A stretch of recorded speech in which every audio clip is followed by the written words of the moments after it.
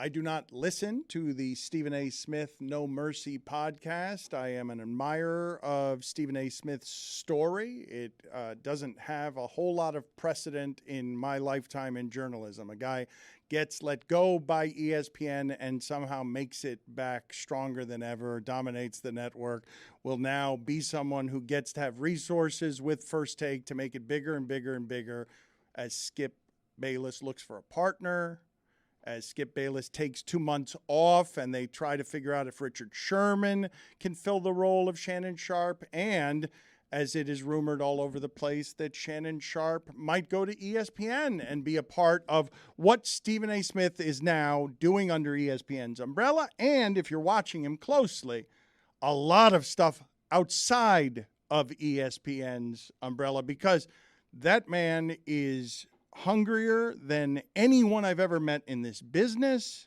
about accruing, and whatever's next for him is going to be giant. I consider him a friend, and I'm impressed by him. I don't like what he's done to sports television. I think he's helped make it dumber. This has bothered him that I said this to him the last time that we talked, and I would like to talk to him in the future in a way that is conversational instead of performative about how dumb sports debate television has made everything. But I heard this, people sent me that Stephen A. Smith went after me loudly, because that's the only way he goes after people. And this is what he had to say. I've only seen it. I haven't actually heard it. I've only seen aggregated quotes that I read, that he said something. I didn't even know what he was reacting to, that something I did was bullshit. So let's hear that. Oh, my Lord. I'm looking Elamin Hassan. Hassan, rather. I'm sorry to mess up your name, Elamin. You know that. Got love and respect for you. He on the Dan Le Batard Show, and he's talking too. And I'm looking at Dan Le Batard, and I'm still disgusted. Still disgusted, even though Dan Le Batard is my friend, and I love him. But I'm still disgusted about how he came at me with that question on his damn show. I hate what you and Skip Bayless have done to sports. Like his ass has been doing accounting. Did you have highly questionable? Was our daddy on the show with us? That was you. You. By the way, I love Mr. Le Batard. Papa de Le Batard. No shade on him either. I'm talking about your comfort. You was on the show just looking at your father saying hi and giving him a hug and a kiss. You were debating. That's what you were doing.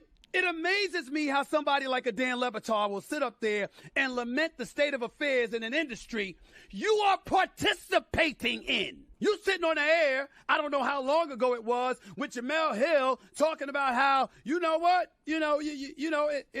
it's a great thing you left. Really?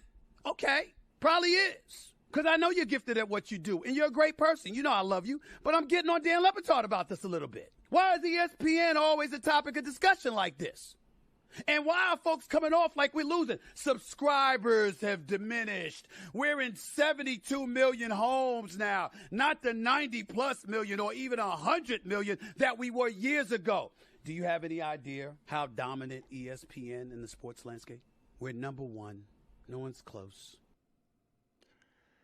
Tell me you haven't watched Highly Questionable without telling me you haven't watched Highly Questionable. You think I was debating my father on that show? Stephen A. Smith doesn't have time. He's too busy talking all over the rest of the network to watch any of what's happening on shows elsewhere on the network. So if your only experience with Highly Questionable is seeing the 3-shot of Bomani, Poppy, and Dan, well, you got one of the key elements there, white guy, black guy, as we know, in debate culture.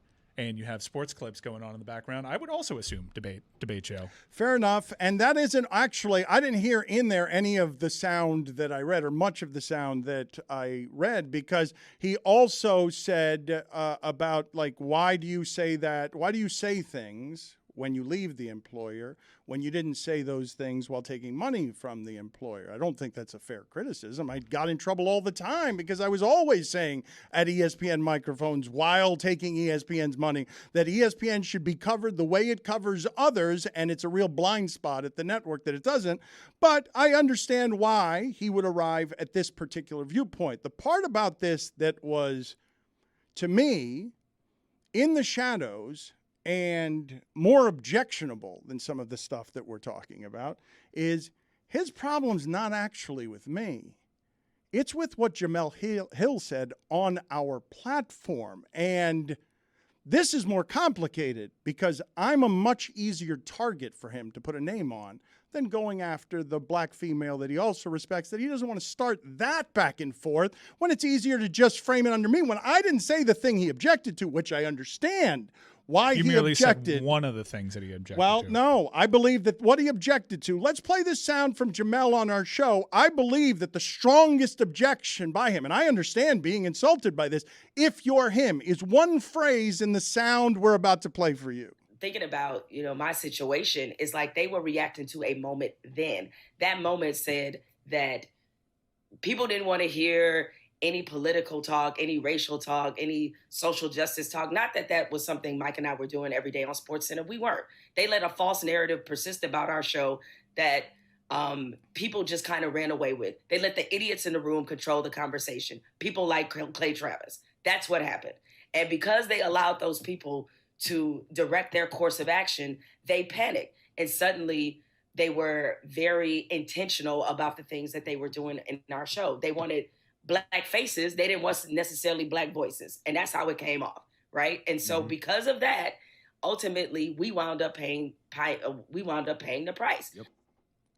When you say the phrase, black faces, not black voices, and Stephen A. Smith is still one of the black faces at ESPN, and you're suggesting that he's establishment, that you're braver than he is because he's a part of the system that wrongs people. I understand him getting bothered by that insult, but your problem's not with me, Stephen A. Smith. You should take that up with her publicly if the objection is I don't like being told that I am somebody who's kept by the company.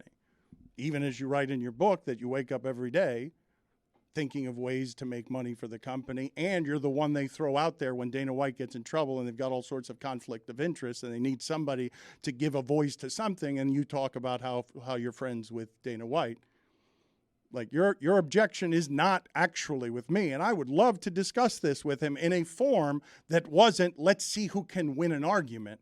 You mean debate? Yeah. Let's just talk like human beings. You don't want to play the road game? I'll lose the road game. You need that home cooking? I want to have a conversation about what's happened to sports television. Why is Skip Bayless at 70? See, this is the thing. Stephen A. respects Skip Bayless, who's a plague, because Skip Bayless gave Stephen A. the chance that he gave Shannon Sharp to do the thing of let's do white man, black man, and we'll do the dog whistle, and sports will get dumber, and I will spend 20 years chasing LeBron, who's only the athlete of our times, who deserves all sorts of praise. I'm going to situate myself as the hater and just get somebody loud and black across from me, and we will fight. And that's what television is. And they are the number one program. But First Take went from being what I thought was an embarrassment for the company into their hood ornament. That happened in the last 15 years. Last 10 years, it went from ESPN was a certain journalistic thing, and then it became this dumber thing that has less journalism in it and has Woj now just writing for the Trailblazers. That happened in political journalism as well, though, right? If you look at CNN, that's exactly what happened to them, is they basically became this format for debate television, almost following the First Take model. But it works. It works, of course. Of course, feed the dumb people. But are we dumb because they made us dumb? We want to be dumb. We start dumb. We watch dumb things, we consume it like cotton candy, and that's what wins. Yeah, but now there's that new form of media that targets the dumb people, but tells the dumb people they're the smart ones. Not to take additional shots at Joe Rogan, but that's like the audience. Like, no, everyone else is wrong.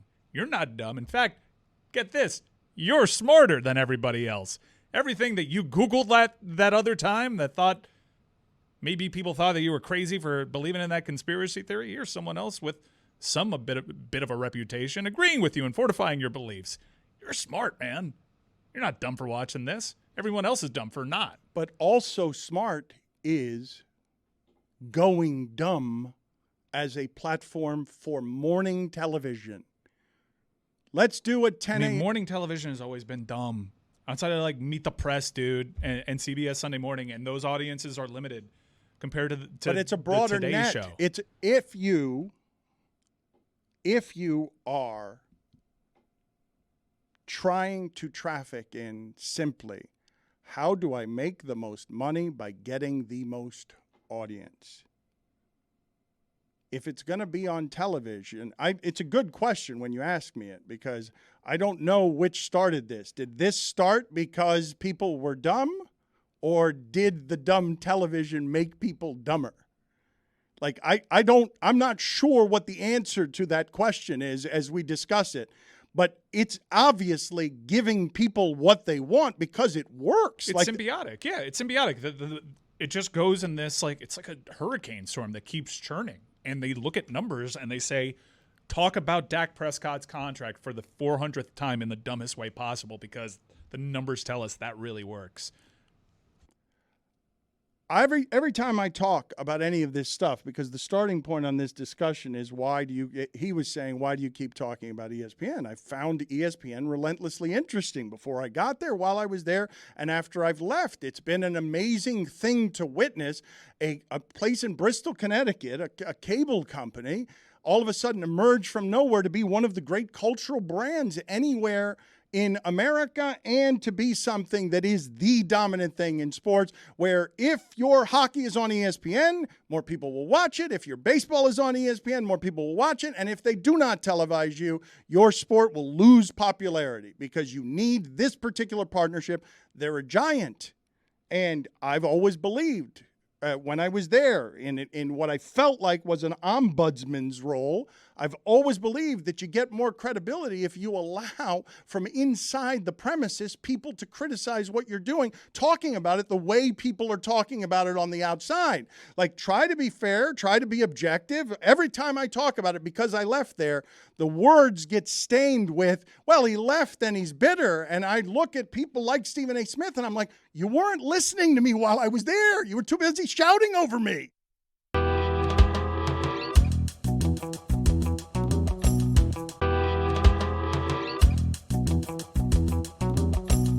Our friend Tony Khan is here. We've got AEW Blood and Guts Wednesday, TBS. But before we get to that, Lucy, real quick, update me on what I was asking you about fines the NCAA has levied. I feel really ignorant here. So Oklahoma State basketball was the last sort of big violation we saw. They were only fined $10,000 plus 1% of the budget, but they also got a postseason ban. Whereas you look at what happened with Penn State, that was a $60 million fine. So they have been giving out fines for a long time. How do I not even remember a $60 million fine? I don't even remember it. I'm an idiot. I don't remember the NCAA. What do they do with that money? The NCAA takes the money and then just feeds the NCAA? Well, I hope in that case they disperse through victims of what was going on there. I don't know how it works as a business plan outside of not paying the labor. Tony Khan with us. I don't think he has any answers to these questions, but I'm sure that there was a lot of money involved when you've sold the giant yacht, or you're about to sell the giant yacht. Who can afford your family's giant yacht? Well, I think it's an exclusive list of potential buyers, but yes, the Kismet will be for sale. There's a lot of stuff going on right now. My dad is very focused on yachting and selling that yacht and auto parts and a lot of exciting stuff. I'm primarily focused on English football, and pro wrestling. Yeah, but I'm going to ask you more questions about the yacht. Yeah, I'm actually really surprised that you didn't already work in a promo from Blood and Guts. I've heard your spots elsewhere, so I appreciate you being on your best behavior. Don't worry, we will promote like crazy. Blood and Guts, Wednesday, TBS, 8 o'clock Eastern. Well, because we're all friends and I trust you. You know, some people, they're going to jam you up and not let you get your plugs in. But when I come here, I get this great treatment from my good friends. Yeah, I don't like it, though, because I was asking you about the yacht, and I want to know what the general asking price is. Give me a ballpark. How does this work? I have no idea. It's in the 9 figures, but I've never had anything to do with buying a yacht or selling a yacht. It's something my dad focuses on, and I take a vacation with my family once or twice a year, never on a day where there's an AEW show or a football game. But yeah, that's definitely my dad's focus is the yachting and auto parts. Very good, but I have more questions. Why do you need to sell the absurdly giant yacht to get a different yacht? That yacht seemed plenty fine to me. It was pretty amazing. Well, my dad's building another one. This will be his 4th yacht, and it's something he really enjoys. He charters this one out when he's not using it, and I think it would be unnecessary and not practical to have 2 yachts. So that's why he's selling this one as he constructs the next one. Okay. Yes. Some people would argue that having the first yacht is impractical at that size. Does it not rent out for like $1 million a week or more for something like that? I think it's more. And what would you say, if you were trying to impress people, are the coolest things on the now antiquated, outdated yacht that is no longer good enough for the cons? It's a great yacht. It's not that at all. I don't know why he's building another one, but it's certainly not for lack of quality of the current Kismet. But definitely he's got some exciting stuff planned for the next one. As it stands, I love this one. And if he's kept this one the rest of my life, I'd be very, very, very, very happy with it. I'm very grateful. You didn't answer my question. What are the coolest things? What would you say? You're trying to impress a stranger. You're trying to say, look here, look at this amazing thing. You would say what? It's the quality of the artwork, the quality of really overall the size of the boat. I've never tried to impress somebody by talking about a boat before, believe it or not. So if you're coming on your show, I probably don't sound I was giving you a natural. hypothetical. I understand that you're not showing off your wealth in an ostentatious fashion. I'm asking the question. Let's ask why the upgrade? Was there a feature that was missing on the old super yacht? That's the thing. Like, what if it was this hugely expensive? It has a helipad and boats inside of boats. Yeah, but it doesn't have an ice maker. It's got boats. No, it's got multiple boats. But it didn't have an ice maker, so your dad was just like, I got to get a new one. Definitely got an ice maker and a great kitchen staff. It's a great, great yacht. Whoever ends up buying it will be getting a deal, I'm sure. I don't know all that much about it. Tony Baselli comes with the boat, too. That's what people don't know. You also get Tony Baselli. Speaking of which, I have to say, Tony Baselli was inducted this year into the NFL Hall of Fame this past year. He's the first ever Jacksonville Jaguar in the Hall of Fame. We're so proud of that. And our friend Stugotz had a lot to do with that. Stugotz was one of the people in the room helping drive people to vote for Tony Baselli, along with a lot of other great people in the media, because believe it or not, it wasn't the first time he'd been up for the candidacy for the Hall of Fame, and he should have gotten in a lot sooner. But our good friend Stugotz was one of the people who helped drive the bus on that. And fittingly enough, I was actually supposed to hang out with Stugotz last night. We had plans, and mechanical issues stopped us from going to the Dead & Company show together. So Stugotz went without me. I can't believe Stugotz is just hitting up any famous person that's going. Well, I can actually believe that he's doing that. What is surprising about that? Well, I'm linked to the band, Mike, because my business partner is their manager. So no, and he's fully taken advantage of that link, hasn't he? We're friends, right? You don't take advantage of your friends. You do things for friends. Speaking of, I'm going to London at the end of August for All Out, so I'm going to need to hook me up. And also, Fulham is playing Arsenal that same weekend. I've got to hook up over at Bournemouth now, so you're going to have to step up to the table. The ask is coming. What kind of life principle absolutism is that? You can't be taken advantage of if they're your friend. That's asinine. Well, you can be taken advantage of, but you can do favors and things for friends within reason. I mean, that's why you have friends, and that's why friends have you to help each other out, right? Precisely. You scratch my back, I scratch blood and guts. AEW, TBS. There you go.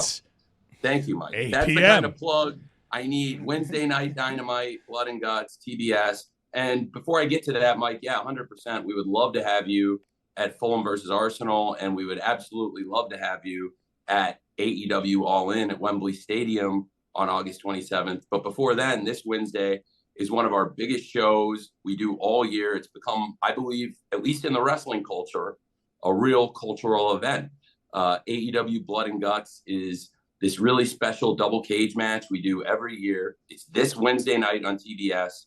I'm really, really excited about it. And we're on the road to the biggest wrestling event in the history of Europe, and one of the biggest wrestling events in the history of the world, which is AEW All In. And it was on this very show where I came in and talked to you guys when I first launched AEW about the business.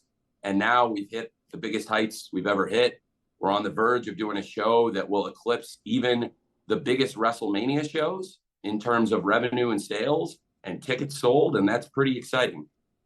You brought up Kota Ibushi, who many wrestling fans are familiar with for his work over in New Japan Pro Wrestling, linking up with Kenny Omega again.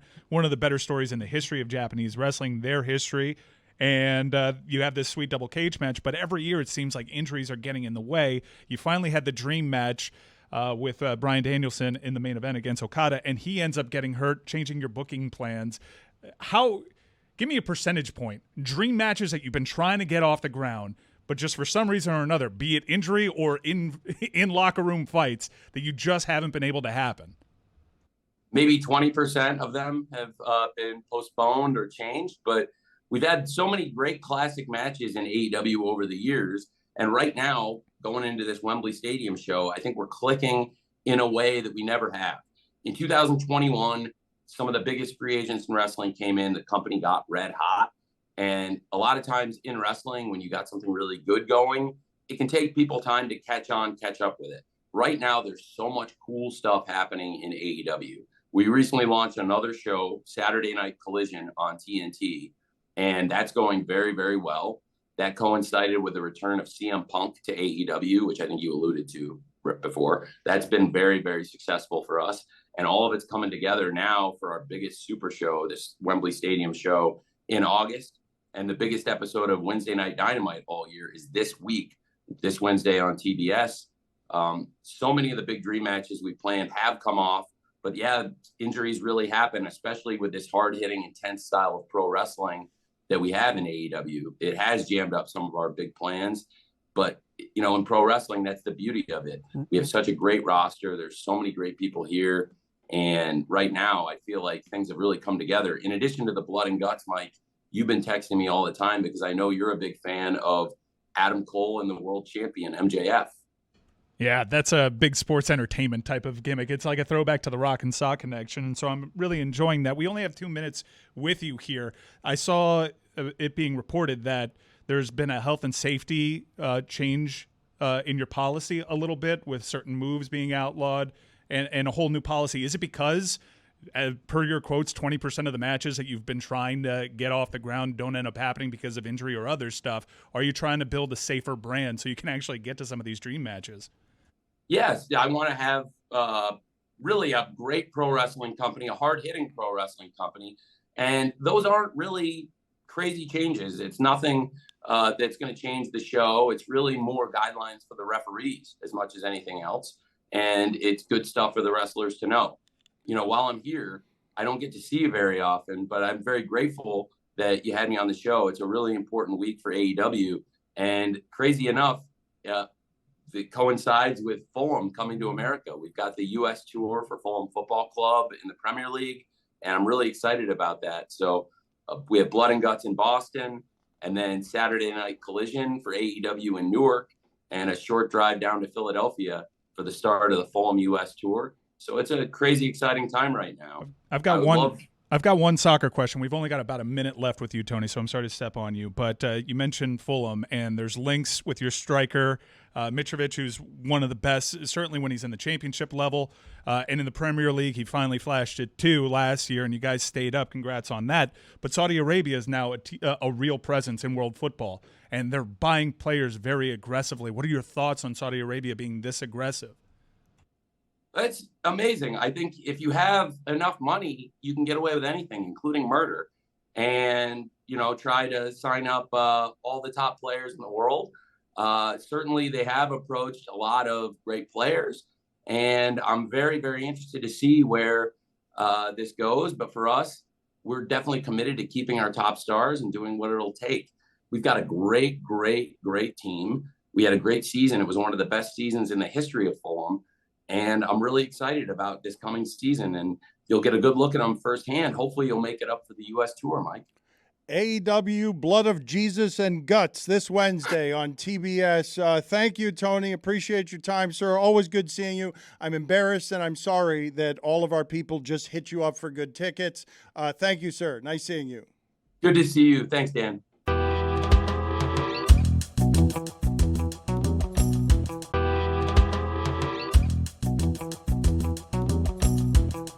I got aggregated. And not only did I get aggregated, I got aggregated on one of these. And the reason I'm saying it with agitation instead of delight, from earlier in the show, I haven't merely created the basketball argument of who's better, Tyler Hero or Maxey. I have not merely created the argument of who's carrying more water, Woj for Portland or Dan for Miami. Yeah, that was one of my follow-ups. But the best one is, the one that makes me go, is that I was getting calls by people delighted by how I talk about race over the years, asking me if what is happening with Hero is he's being undervalued because he's white. I'm pretty sure I framed it that way, but all that's going out now is Le Batard says Hero better than Maxey, underrated because he's white. And so now I get into that feeding frenzy as well. Wherever we were the ones that actually kind of said that. What I'm telling you is that I didn't say that the way I didn't think I said that. What I thought I said is that the Heat was sort of delightedly asking me, hey, is this happening because people think Tyler Hero's a lot worse than we think he is? And I don't want to talk any more ad nauseum about whether Portland needs this skill set. I don't think Portland does need this skill set. I think they have players who do that. I also don't want to quibble about whether Maxey or Hero are better. To me, they're both very good players.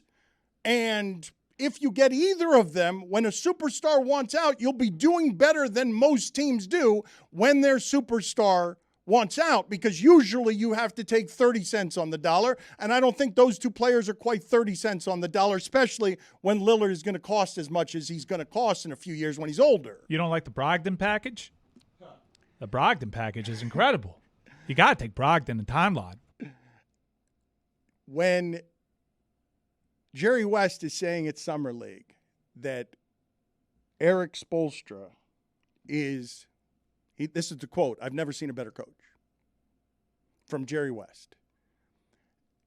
One of the things that I find interesting about the obvious desperation in architecture that is you have to win in Jimmy's window is not quite as desperate as you have to win in Pat Riley's and Mickey Arison's window. They're only doing this at this point. They don't want anything else other than to win giant before they die. Like that's why Pat Riley should have retired 13 years ago just to enjoy the life that basketball has given him, but he's too much identity and life and happiness and feeling more alive because you're still in the game. He can't get away from it. And the window is the hurt of how they lost. They've been so close for 3 or 4 years, and now they're this one piece away.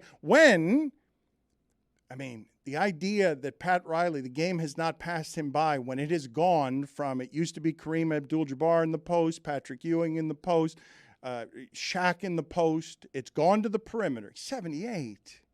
It's gone to the perimeter. And now you also have to keep up with, hey, LeBron took all the power from you and gave it to the players, embarrassed you, flew across the country, made you sit through a sham recruiting meeting in Las Vegas, begged him to come back and said, no, I can do it without you. Watch. I'll just form my own team and I don't need you for any of this. I've learned what I need to learn. To not get broken by that and rebound into a game where Pat Riley now has to work the agent game, which is gross. To actually use the power that the players now have for his advantage, because that's what's happening here. A player leveraging his agent's client list, his loyalty to that brand, and the fact that he doesn't want to go play anywhere else. It's actually working in their favor now. I have told you that Pat Riley was at the wedding of one of his chief lieutenants and went outside to acquire Kevin Love. So he literally acquired Love at a wedding. Went outside to do it. And however it is that he was doing that, I thought to myself as it was happening, to be 78 and have the resume that guy has where it's whatever, like he's played in 20, or he's been involved in what's the number? It's like I think it's 25% of NBA titles. Close to 25% of NBA titles. To have to, at this point in the game, where the players have gotten this much power and the organizations teeter, the Nets get rattled as a franchise by giving over the power to the players, for him to have to play the dirty agent game, because this is how it happens. You go and you consult with the agents through their players, and there's all sorts of backroom dealing, feels beneath him. But it's what you have to do now to keep up in the dirty game of how am I, within the constraints of the salary cap, going to gain advantages. Oh, I've got Florida. I've got no state income tax. Steph Curry has to pay whatever it is, $34 million more in taxes for playing in California. And that's one of the advantages I have in the salary cap. And one of the other advantages I have is that I could play the agent game. But why is it that whatever it is you believe about whether Hero is better than Maxey or not, whatever the difference is, it's not large enough to argue about. Like, we can argue about anything, but whatever side of this you're on, it's not enough of a side to end what I'm about to say, which is the Heat have the leverage because Lillard's given it to them. He's given them the leverage, and if it's a tie between Maxey and Hero, if it's a little bit of difference between Maxey and Hero, I don't believe they're going to get a better deal than the one that's presently on the table, because it's not going to come from the Heat, so it's going to have to come from somewhere else, and you're going to end up with Damian Lillard in a uniform he doesn't want to be in when Shams is reporting resounding no to the Celtics and the Clippers. And what you're getting from Paul Pierce, for all the people accusing me of carrying water, my God, the Boston fans are loud about, well, we want Lillard. Like, the Boston fans in the media, I'm not talking about their fans. Obviously, Boston fans want Lillard, or anything that's not Jaylen Brown can't dribble with his left hand.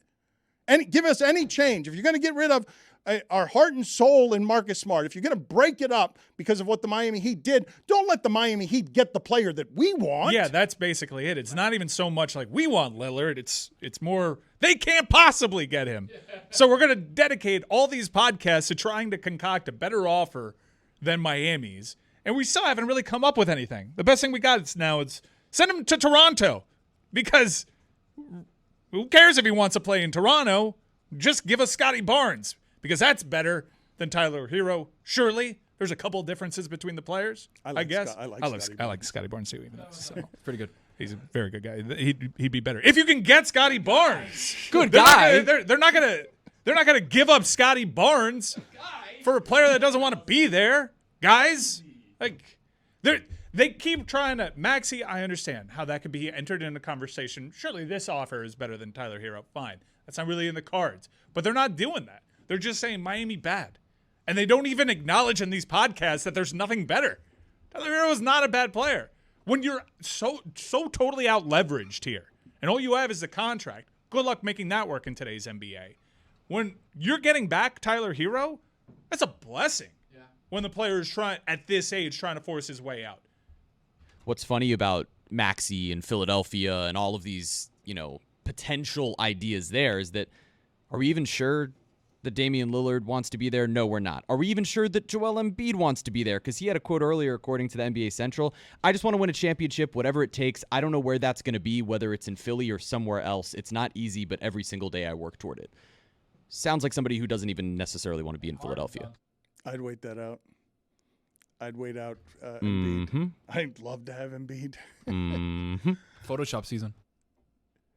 JJ Redick is one of the people who is rumored to be a front runner. Doesn't work. To replace Jeff Van Gundy. Oh, okay. I thought you meant for first take. Yeah, it didn't work for obvious reasons. Yeah. Not surprised that you would have an opinion on my thoughts before I'd finished them. I'm going to go on vacation again. Yeah, I mean, it's aggressive. We're all a little amped up. I do need to mention this because I am wildly disappointed that Stugotz is not here today, just because I wanted to do the whole show basically asking him interview questions about how he talked to Jake Owen for 20 minutes. thinking it was Aaron Rodgers without ever getting a voice cue or a detail cue or a conversational cue or a facial cue, any kind of cue that he was wrong at any point. I had so many questions. They will evidently have to wait till tomorrow. There was no greater highlight from Tahoe. Close second was David Wells sitting up from a sofa that was oddly what would I? It was inflatable. It was a sofa that made David Wells and Stugotz sink into it in a way that Mike and Jeremy were not sinking into the sofa. So basically, it felt like David Wells and Stugotz were, on their back with a remote control on their stomach. Whereas I think that what happened with Mike Ryan is he didn't want to sit like that because he knew how unflattering that would be. No, we were sitting up because they were sort of pushing us up from their side. You got an inflatable couch that's not totally inflated, and one side's a little heavier than the other. That's kind of what's going to happen. Also, my posture was such because in at least 2 angles, I saw my. Okay. Do we have the sound and video from Tahoe that would be complementary to this particular story? Yeah. That's a sound of David Wells getting up from our couch. Let me hear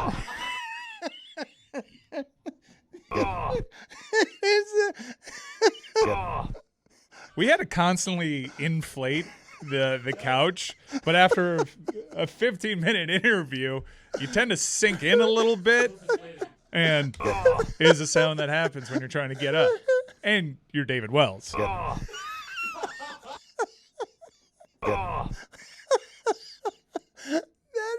That is visually funny for a number of reasons, including that it's David Wells. I would imagine it would be an effort for David Wells to get up from an inflatable couch.